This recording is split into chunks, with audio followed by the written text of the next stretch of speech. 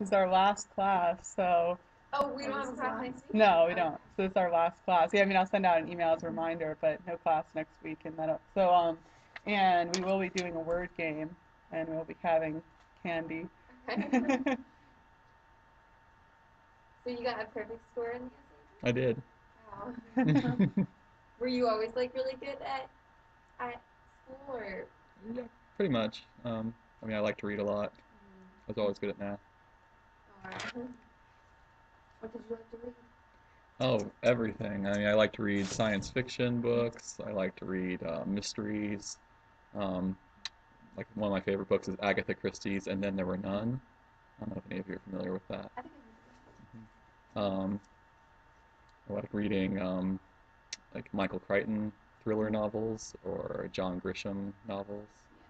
Um, yeah, Cool. I read just about anything that. Yeah, he actually didn't do much prep for the SAT itself, but Really? Right. So you already knew all this stuff then, or? Well, in terms of word definitions, I mean, I feel like just reading a lot helps more than trying to study just list Yeah. of words and hoping that the word you study ends up showing up. Um, and also, the more you read, the more you get a sense for whether an English sentence is right or wrong for like the writing section has, Mhm. commenting on what the right way to rewrite a sentence is or Yeah. what the error in a sentence is. I think it's easier to find that when you're used to reading so many sentences that something You know sounds how kind it's of going. off. Yeah.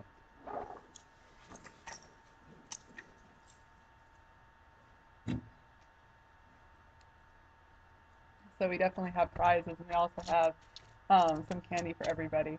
So should be good.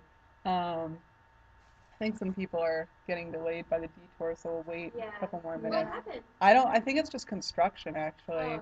So I thought it was a car crash. yeah, I know. I thought too, but then we look back, right? Wasn't it like construction vehicles and stuff? I didn't see what it was. I didn't see a car crash though. Hmm. There was some sort of crane or big Yeah. thing there, but I don't know if that was to try and fix down power lines or if they're doing construction or what. Yeah. But yeah, so I mean, Daniel might teach us about word roots a little bit. Word roots are kind of helpful. I mean, I never really studied them when I did the SAT, but I mean, they can be really helpful even just on a very simple level if you've never taken like, Greek or Latin or anything, but just kind of know like, certain words sound like certain other words, but Mhm. that's probably, I mean, that's kind of unrigorous. But I mean, it is good to kind of like pick out, 4 or 5 like letter, prefix or whatever and see. Um, Hi. Oh,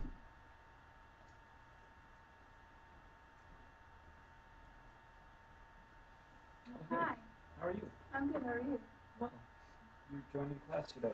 Yeah, I do it online, but Okay. Yeah. Are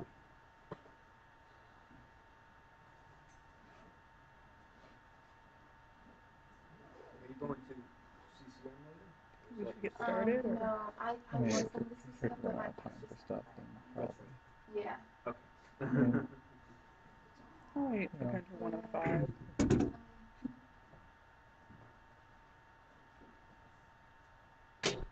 We're just waiting a little bit. I think people are being delayed by the detour, but we'll start in a couple minutes. Detour? Um, was Yeah, the there's detour gone now? Or no, maybe you came from the other I came direction. from that way. Okay. Yeah. Sorry, Hi. there's too much traffic on Yeah, I know. Yeah. There's a detour. I know. Yeah.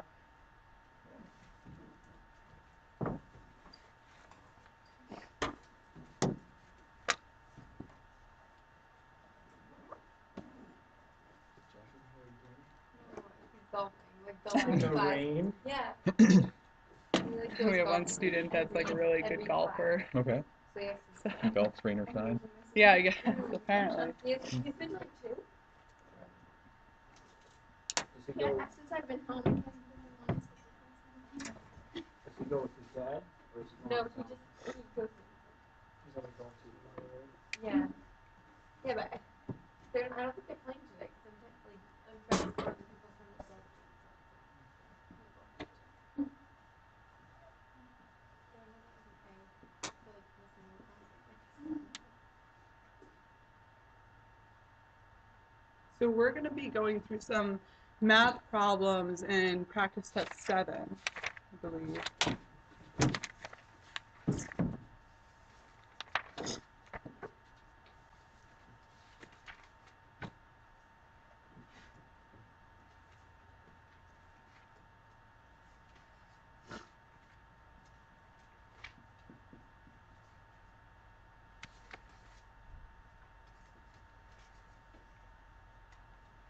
So we're starting with number 12 in section 3. So by now you should be pretty familiar with this like rectangle parabola thing, right? I think we've seen it like 3 times on different SAT tests. So I mean, basically we're going to be using the points, like information about the rectangle, to then figure out information about the parabola. So I mean, we have these points here, and they're Practice both test on the 7. rectangle and on the parabola. So what we want to do Section is 3, number 12. yeah. So we have already these points, and they're telling us the perimeter is 10. So I mean, basically, we just need to figure out, and because it's a rectangle, and we see that this is 1, 0. So this is 1, this is 1, and then this is 1, and this is 1. So we've got 4, and we know these sides are going to be equal. So we have 6 left. So this is going to be 3, and this is going to be 3. So this point here is going to be 1, 3. So now what do you think we can do with this point in order to find A in the equation?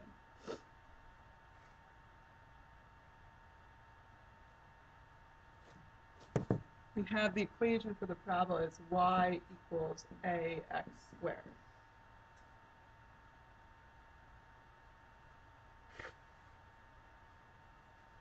So we found this point just through looking at like the rectangle and kind of what the sides are and using information on the graph. Now whenever we have a point, we're just going to plug it into the function.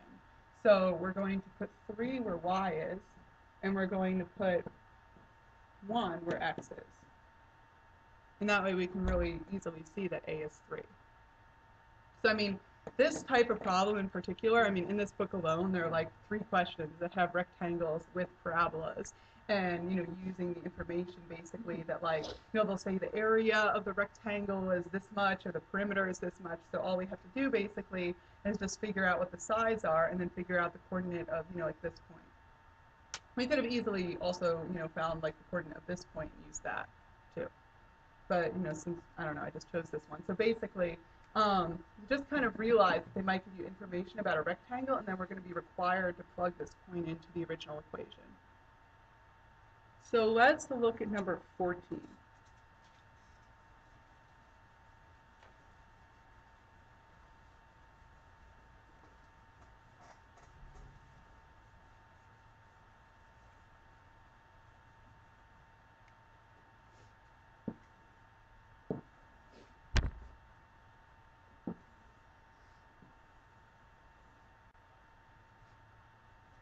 Trying my best to draw this diagram here. All right, so we've got x over here.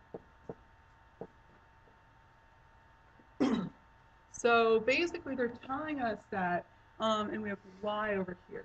And they're telling us that, basically this line bisects this angle here. So what does that mean? That means that these 2 angles are the same. So they tell us that y can be, between 45 and 55. So then why don't we just make it easy and choose that y is equal to 50 degrees? When they give you a range like that, like, oh, this angle equals between this thing, I would really just pick like a particular angle and then work with that. So, I mean, we have y equals 50 degrees. So from there, we want to see if we can basically, work with this x. I mean, it looks so far away right now, but maybe we can do something. Maybe we can just kind of trace back what other angles equal x in this diagram. So we see that this equals x too, because they're vertical angles, right? They're opposite each other, so, and they're 2 intersecting lines. So these 2 angles equal each other. And then if we go up here, basically these are corresponding angles, and you might be more familiar seeing something like that. If you remember that from geometry, but basically, so this is also x. And now we can see that this is y is 50, so then since this is bisected, x can be like 25. So basically just using rules that we already know. So why just set x to 25? Because y is 50 here, and this big angle here is a corresponding angle with this one, so that means they're equal, and these are two parallel lines. I mean, this big one is 50 degrees. So then when it's bisected, this is 25 degrees. Okay, so let's go to number 16.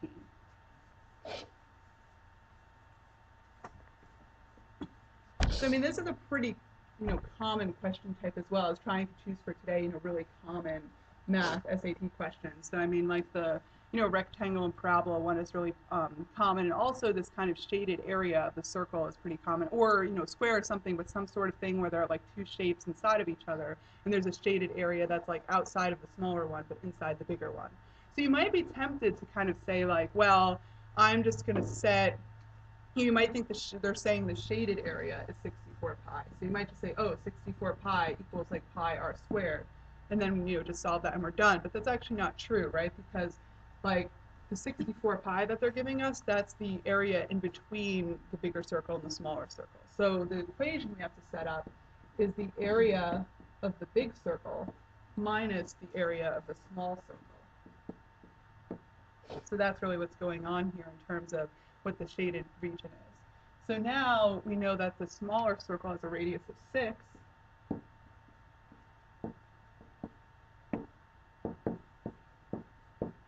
And now we can just solve that really easily because we just have one variable r.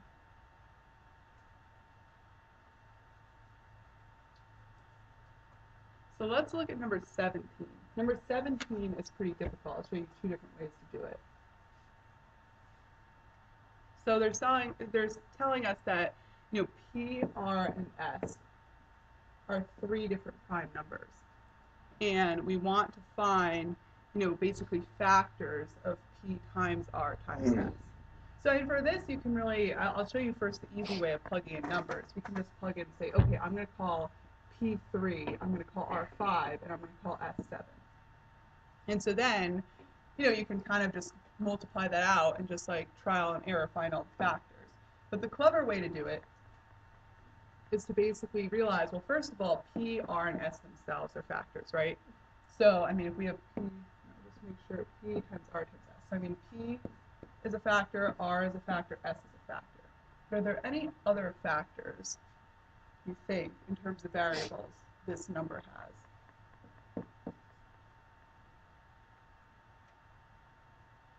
So, I mean, we can also say PR is a factor, right?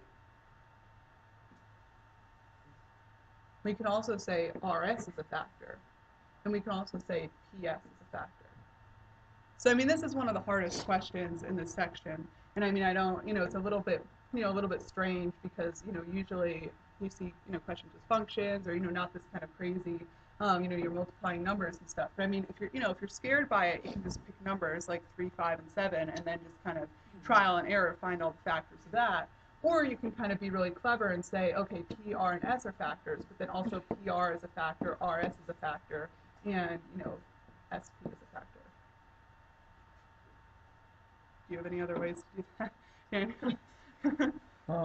No, I mean, it's pretty much just the idea that whenever you have prime numbers, just all the combinations of those prime numbers are going to be the factors of the product of those prime numbers. Yes, I mean, the thing is, they say the numbers are prime, so I mean, basically, that like you're working with something like 3, 5, and 7, and it's not like P is also going to have its own factors. I mean, P is not going to have any factors other than itself and 1 because it's prime, so you don't have to worry about that. Okay, so let's move on to section 7, I believe, for a little bit, and then I just want to talk some general strategy. All right, so let's go to question number 11.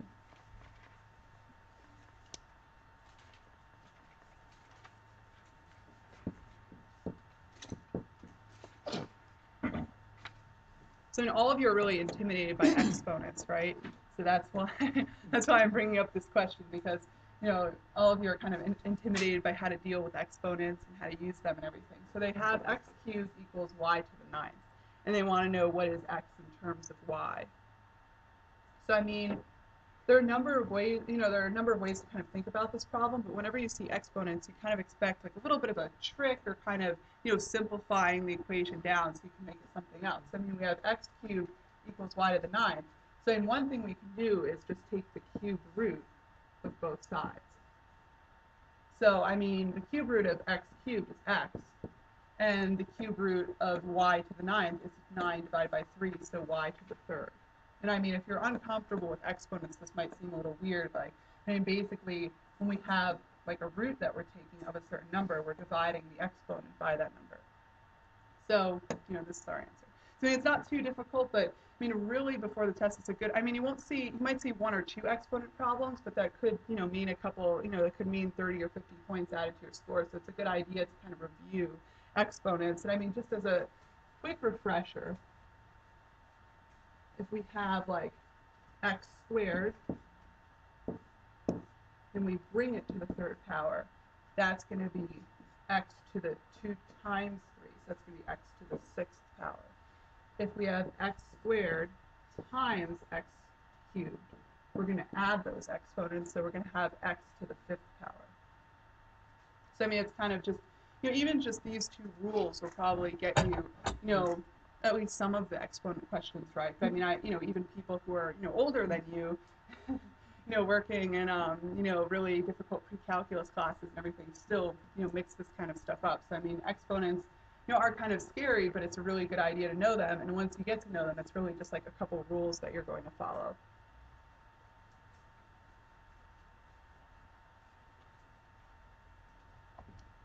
So let's look at, we can look at number 16. So they're telling us that Diane's house is here, and she goes to some point B. She goes to some point C. And we know this is 4 miles. And we know this is 15 miles. And we know this is 16 miles. Does anybody have ideas how to approach this question?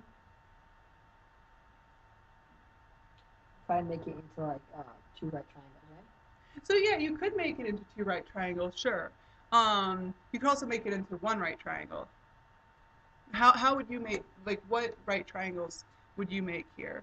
Well, I'd go from A to C first. Mm-hmm. Oh, so you'd go like that. Okay, Yeah. sure. And that's okay, but then it's a little bit tricky. Well, no, well, in here, my thing C is right where you have right on the corner there, Yeah, in the top left. Mm-hmm. like that's your C is D. Oh, whoops. Okay, yeah. Here's C. And here's C. Right. Okay. So good. So you're going to draw this line here, and then you're going to draw maybe like this, or no? Would that be your second right triangle? Yeah, I don't know, because then it's not really a straight line anymore. Because like it goes to C, then it goes sharply to A. Yeah. I mean, it's a little bit difficult doing it with 2.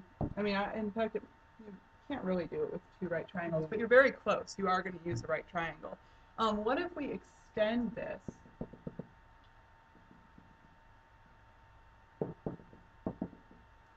Yeah, because then you have all the lengths. So Right. So then, bottom's 20, Uh, right side is 15. so that, yeah, exactly. You have this length is 16 plus 4, which is 20, and then this length, which is 15. And you can just use Pythagorean theorem. Yeah, so then you can use Pythagorean theorem. If you're really clever, you can remember that like there are 3, 4, 5 Triple, right yeah. triangles. Yeah, so then you can, this is actually multiple of a, this is 3 times 5, this is 4 times 5, and then this is 5 times 5, or 25. I mean, there's no harm in just using Pythagorean theorem and getting the answer. So I mean, just doing 20 squared plus 15 squared equals c squared. So what would be the answer for? It would be 25. Is that a 25? no, it'd be 10. Because it says how much. Oh, because they shorter. say, okay, so they say the difference between the Yeah. 2 different trips. So I mean, we know that this is 25, and then the original trip is basically, we have 16 plus 15 plus 4, which is 35. So we're cutting off 10 miles. Yeah, that's actually interesting. They don't have a 25 as an answer because it's very easy to skip over that You part. But I think they guess, try to trick you. Right. except I guess I thought that was too mean to have 25 as an answer and kind of bait everybody into picking that. So yeah, so at the end you've got to subtract 25 from 35 because the original distance was 35, and then 25 is the new distance. And let's just look at let's look at number 18, and then we'll look at one or two more, and then we'll talk strategy. So this is dealing with canceling sums, and canceling sums are like super interesting and kind of like elegant and neat. So basically we have basically canceling sums. They're talking about sums of like consecutive integers. Usually you go from like negative to a positive. So to just show some like examples, they might say, there's the sum of integers from -5 to +5. So that means we have -5 minus 4 minus 3 minus 2 minus 1 minus 0 plus 1 plus 2 plus 3 plus 4 plus 5. So what do you think that sum is? The sum of all these numbers.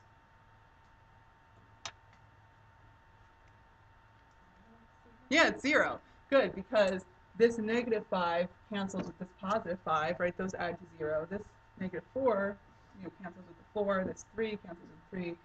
So basically it's just 0. Yep.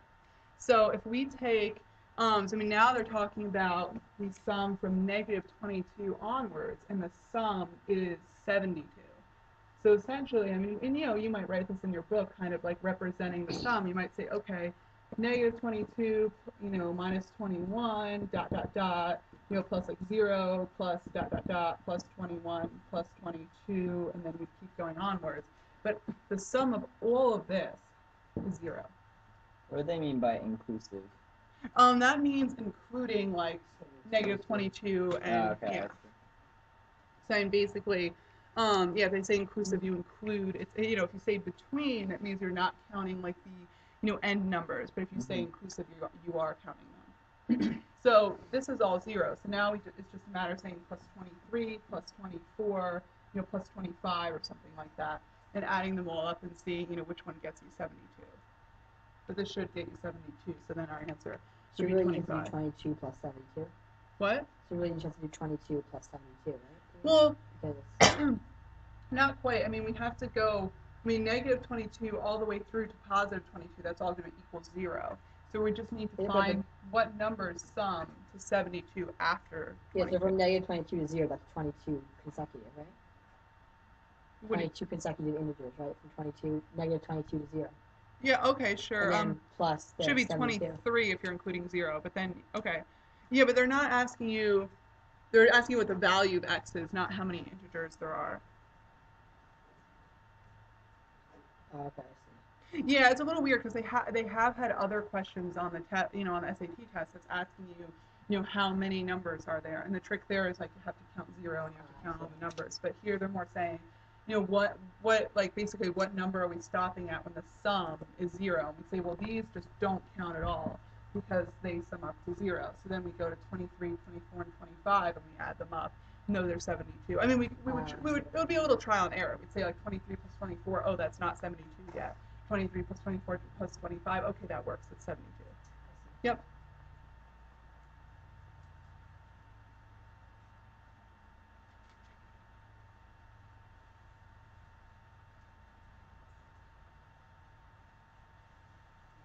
All right. So then let's just take a look at number 20.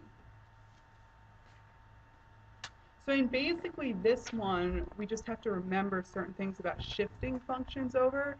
So I don't know if you remember like anything from like probably algebra 2 you learned it, but kind of shifting functions, to the right or to the left or up or down. But basically you have like, if you have f of x, and then you have like f of x minus 2 plus 2, that's going to be 2 to the right and 2 up. So basically, like, the sign here is going to be opposite the way you're moving. Like you'd see -2 and you think, oh, that's like to the left. But it's actually to the right.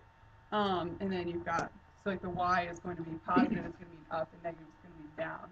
Here, this is going to be, negative is going to be to the right, and positive is going to be to the left.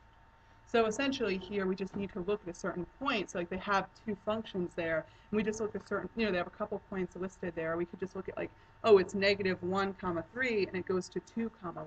So we can just look while it goes over, it shifts to the right 3, and it shifts down 2. So then that means we have something like, so then at that point we just multiply, they ask for the, like, it's weird, they ask for the product of h and k. So then we multiply -2 by -3, and we get +6. That's not too important. I mean, really the best, I mean, it's something good to keep in mind, but I mean, really the thing you should be super confident with is, and this is kind of going into strategy now, but the areas of math you want to be comfortable with, first and foremost are functions. You want to be really comfortable with using like f of x notation. You want to be really, comfortable with kind of, kind of working with like, oh, here's a point like 1, 2. And we have this, crazy function y equals like 5 ax squared plus 3 or so, something, and we're going to plug that point in and we're going to see what like a is. So we should be really comfortable with like functions and using functions. We should be really comfortable that like if they say something like, here's a crazy function that we have something like, then if they say like what is, this is f of x and what is like f of 2, then we're basically just going to go, here's 2, we say f of 2, what is that? This is 2, and we just go up to where the function is. And we're looking at this point. Yep, so I mean basically we should just be really really comfortable with working with functions and kind of, this notation saying f of 2 that really just means what is y when x equals 2.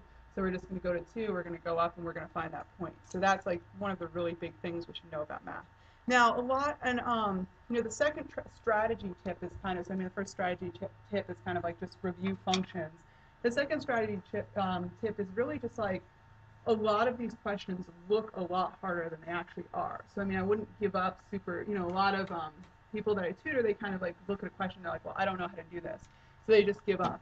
And I mean, you can, it is good to skip if you really don't know, skip a few questions, because then, you're not like getting a penalty for eliminating. But, some people skip like 5 per section, and that's not good because they could have gotten a couple of them, it just was like they were worded crazily.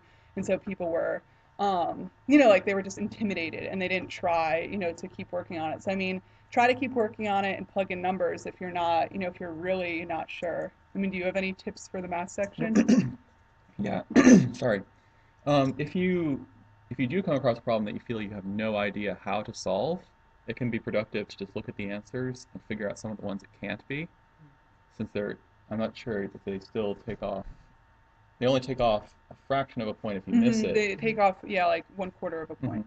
So if you can narrow it down and eliminate one of the possible answers, even just one of them, you're better off, in terms of gambling, picking one of the 4 remaining answers and trying that if you're sure that one of them is not the right answer. And if you can eliminate 2 or 3, you're improving your chances even better. So like if we go back to that one problem, what was the one where you adding up to 72? Oh, yeah. That one. So problem number 18. You're trying to find out what the last number is for all these numbers to add up to 72.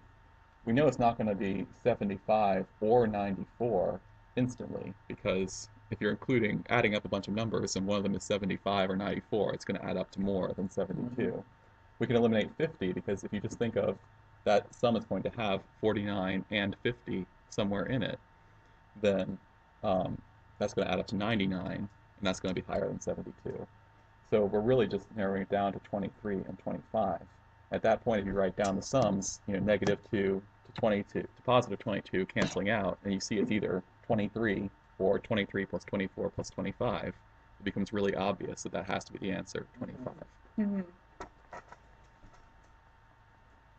Likewise, I wouldn't use your intuition like, I mean, it's good to intuitively, like, I mean, the way Daniel was saying to eliminate answers is pretty rigorous. I mean, also, if you really don't know on a question, but something seems kind of obviously out, you can do that too. Like, I'm trying to think, I mean, number 15 that we didn't look at, but let's just look at it for a second here. How many integers in the set of all integers from 1 to 100 inclusive are not the square of an integer?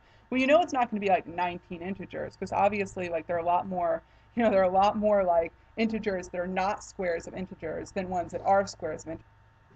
So and just using that intuition can get you a lot of right answers. So I mean, yeah, that's another good strategy too, to just be really, good about eliminating.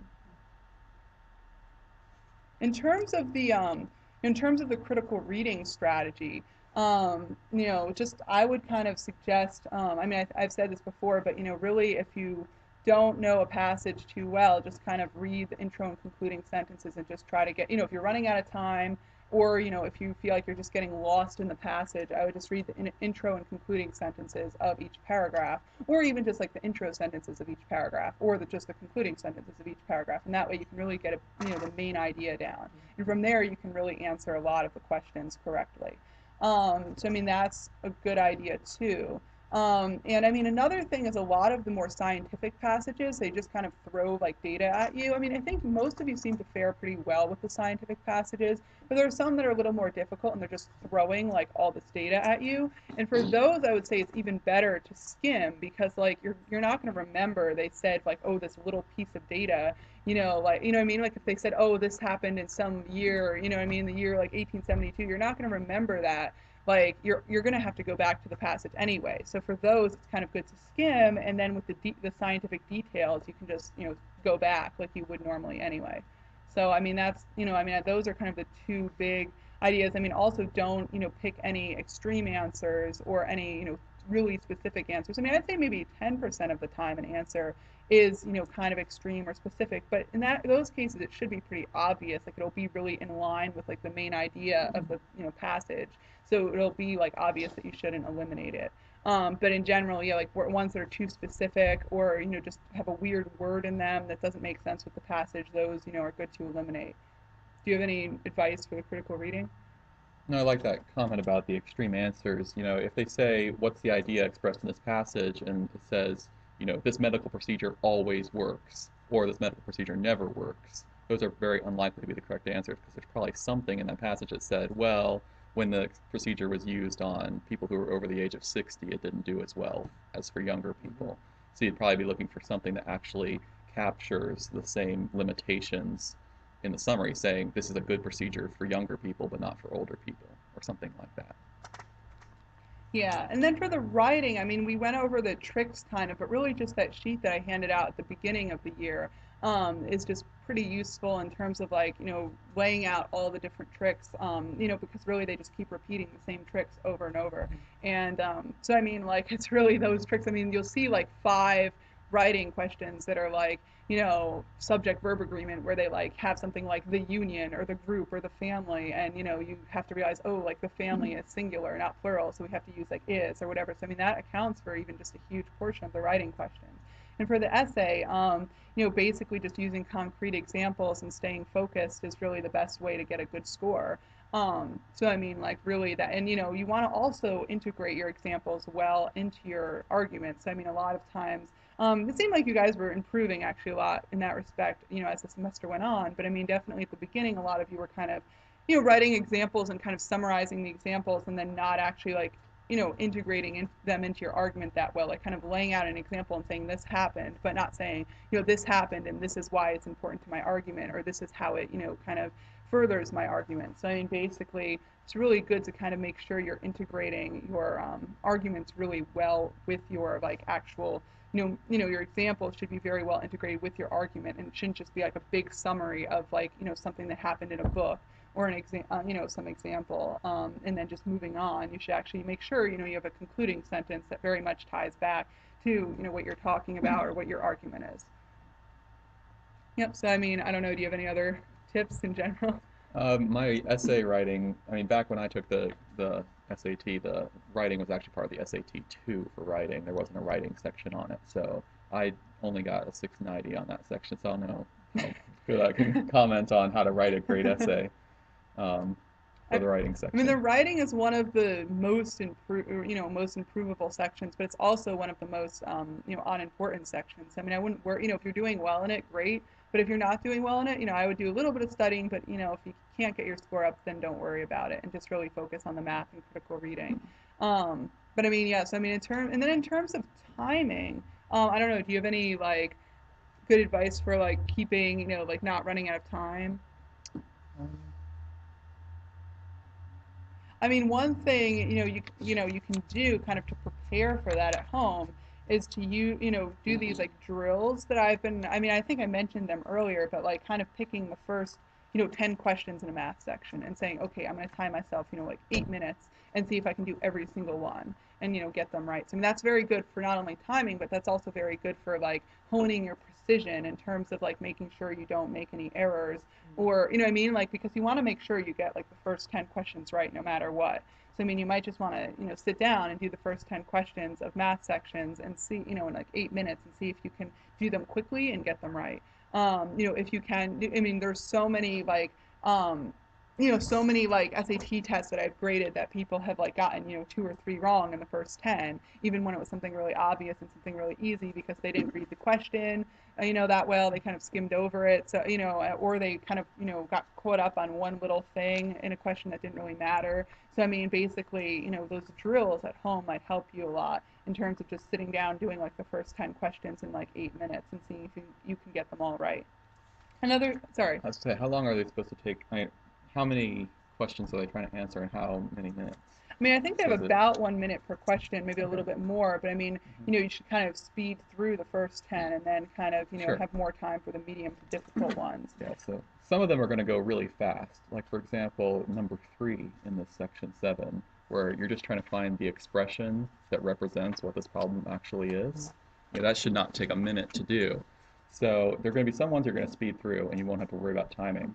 But on some of the other ones, if you're trying to get through 1 minute per question, you're going to build up a little bit of a buffer of time through those fast questions. But if you're spending more than 2 or 2.5 minutes on a question, it might be good just to save where you are and then move on because you don't want to spend 5 minutes on a question and then really lose at the end of the period. Mm-hmm. Yeah, and it's very easy, I feel like, to spend a couple minutes on a question and then like you feel so invested, you don't want to like pull yourself and move on. But it is good to move on after like 2 minutes have passed on the same question. Okay, so does anybody have any questions, or other than that, we'll move to the vocab. I mean, like the vocab competition. If nobody has any questions. Nope. Okay. So I guess let's split you up into 4